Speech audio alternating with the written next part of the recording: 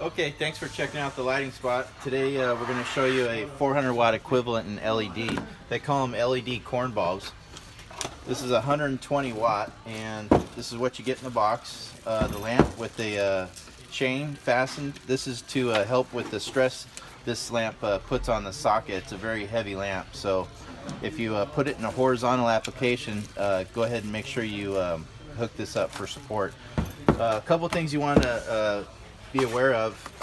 400 watt metal halide lamps come in two different sizes. This is the small one. This is a ED28, and then this is the larger one. This is a BT37. So if you have a BT37, chances are you're going to be fine with the length, and usually with the width you're okay as well too. But if you have an ED28, you can see that it's much smaller, and it could cause a problem and not fit in the socket, so make sure you check that.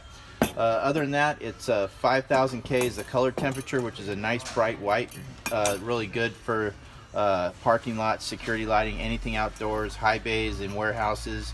It has a mogul base, which same as the metal halide. They're all the same bases. It's 50,000 hours. It does have a 5-year warranty, and you can pick them up at a really good price at the lighting spot, www.lighting-spot.com.